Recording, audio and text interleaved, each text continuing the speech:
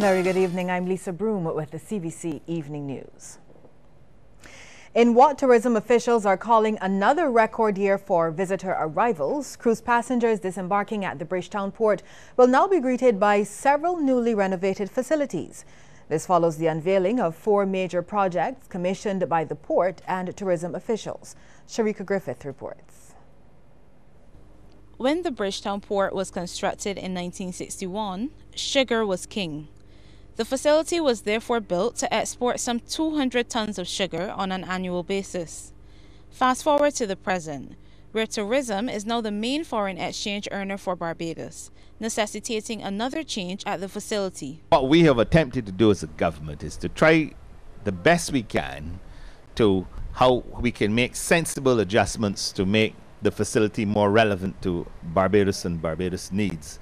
Apart from the cruisers, the home porting element is now a feature of Barbados, and therefore we have to look at the whole experience in the port and what our cruisers have to endure. Tourism Minister Richard Seeley made the comments during a ceremony to unveil 4 completed projects intended to improve the experience and appearance of the port.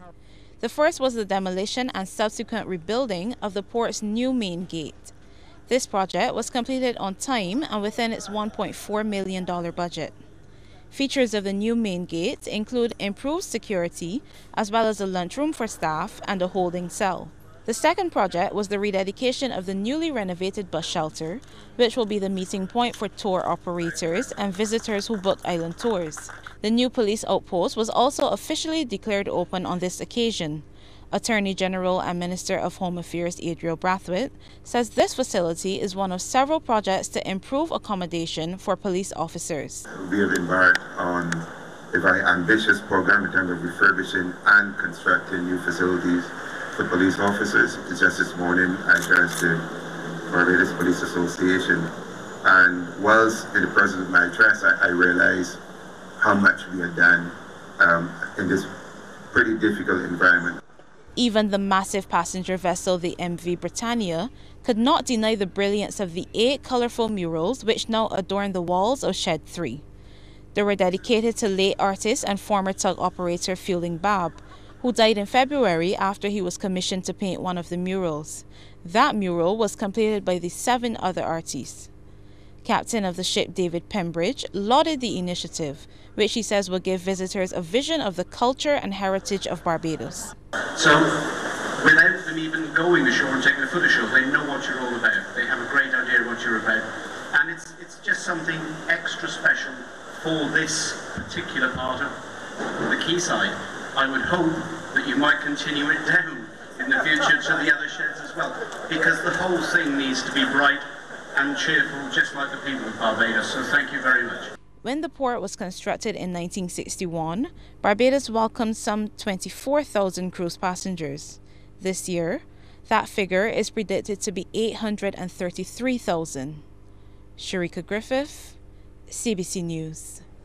Thanks, Sharika. Well, some members of the Royal Barbados Police Force should soon be taking home more money, even though they're not getting a pay increase. According to Attorney General Adriel Brathwaite, several members of the force raised concerns about the level of salary deductions following receipt of overtime payments. Addressing the Barbados Police Association's annual general meeting, Mr. Brathwaite says the issue will be addressed. The Minister of Finance just yesterday, and I told him that I was going to say this publicly, assured me that he had this matter in hand and that he will address it with haste. We should see a reduction in the level of deductions that those of you affected. And I don't know how many there are, but I do know that there are quite a few who've approached me about the pain and suffering that these deductions have been causing because of the amount of money that they're left net to take home on a monthly basis. Well, the Attorney General's comments followed a fiery speech from President of the Barbados Police Association, Mervyn Grace. He suggested that the association would be intensifying demands for salary increases. It is almost a decade since the members had a salary increase. We shall cease requesting and start demanding our just due. We give our best each day with no adequate remunerations, allowances, and therefore the year ahead will be one of demands for better remuneration and allowances for the rank and file of the Royal Barbados Police Force. At least one government minister does not have a problem with stores advertising Christmas products during the independence period. According to Commerce Minister Donville Innes, there's no reason for conflict between the two seasons. In fact, he says it's simply a marketing tool used by businesses to attract and retain customers. If the business people feel that that is a tool to be deployed to attract customers to their business enterprises, I commend them. I don't think that it means that we're losing the distinct Barbadian culture. It's just a marketing tool that's being used out there to attract people. Well, coming up after the break, we'll tell you about a tribute paid to Barbados' first female soldier. Stay with us.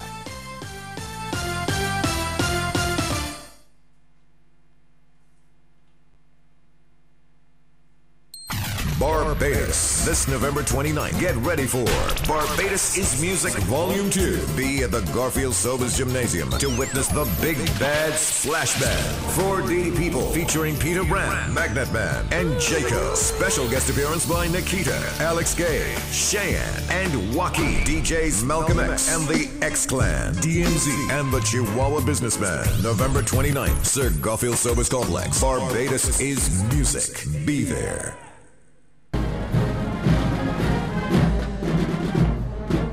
Barbados celebrates its 51st anniversary of independence on Thursday, November 30th, with a military parade at the Garrison Savannah beginning at 8 a.m. Acting Governor General Sir Philip Graves, Prime Minister Frondell Stewart, and Chief Justice Sir Marston Gibson will be among the many dignitaries in attendance at this spectacular ceremony. This year's theme is Excellence in Citizenship, Ensuring Hope for the Youth. Bring your entire family to the 51st Independence Parade, Thursday, November 30th at the Garrison Savannah.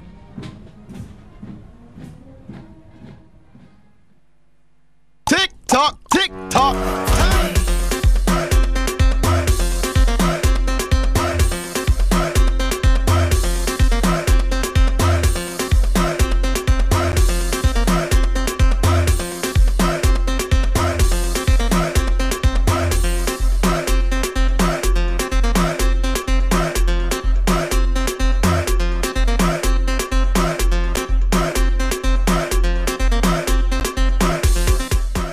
Cooler Cruise 2, November 25th. Tickets available at Cbc The Pine, Superstyle Shoe Shops at Sky Mall and Bridgetown. Help support the restoration efforts for the hundreds of thousands affected by catastrophic hurricanes.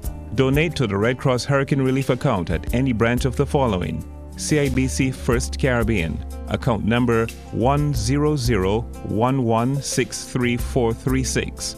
First Citizens, 500-900-00588. RBC Royal Bank, 210-05073. And Republic Bank, 01804-153-1001. Monies raised will be sent to the International Red Cross for its restoration work for affected persons. Appeal closes 30th November 2017. Persons wishing to post checks should make these out to Red Cross Hurricane Relief Appeal account and post to Barbados Red Cross Society, P.O. Box 300 Bridgetown, or hand deliver to the Red Cross Warrens headquarters.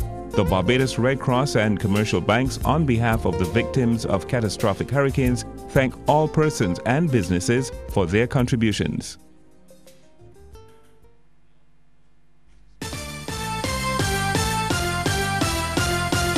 In a fitting tribute for Barbados' first female soldier, the medical reception station has been renamed the Florence Gittins Medical Facility in honor of the woman who helped develop the Barbados Defence Force's medical capability. Lieutenant Colonel Florence Gittins, a registered nurse and midwife, enlisted in the Barbados Regiment in March 1974 and was commissioned to the rank of lieutenant on October 1st of that year. She rose up the ranks to lieutenant colonel and acted in a number of positions before retiring from military service in July 2001. Chief of Staff Colonel Glyne Granham says renaming the upgraded and refurbished facility is not only fitting, but it is necessary given Lieutenant Colonel Gittins' service to the BDF and to the country. She has not only had a successful military career, her nursing career has been equally stellar, and her contributions span a period of over 40 years.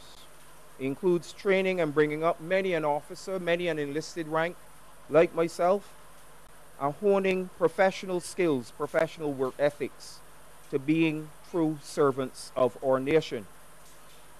Specifically to the military, she made a very outstanding and enduring contribution, as already said, to the military medical support services, the force's strategy for health care, and to the wider national public health care and disaster management systems. Well, Lieutenant Gittins was moved by the honor. She says the presence of women in the BDF today was due to the establishment of the medical unit, and she commended the team, past and present, for their work at the facility. The medical unit could not exist without staff, and as the staff over the years have exceeded 100 people, I am not able to mention all. However, the original group from 1974 to the start of the Defense Force in 1979 consisted of Dennis Brown, Ted Maskell, Arlette Trotman, Beverly King, joined later by Elizabeth Springer, Shirley Holder, and Phyllis Lloyd. It is because of all the staff that I've had the privilege to lead over the years that this unit has flourished. The United Nations is calling for global action so women and girls everywhere can live free from violence. The call comes as Barbados and the world commemorates International Day for the Elimination of Violence Against Women. Secretary General Antonio Gutierrez says violence against women, including harassment and harmful practices, are major barriers to the fulfillment of human rights and a direct challenge to women's inclusion and participation in sustaining peace.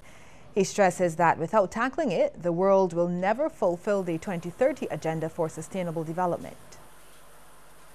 It is time to further our collective action to end violence against women and girls for good. That takes all of us working together in our own countries, regions and communities at the same time and towards the same goal. The United Nations is committed to addressing violence against women in all its forms.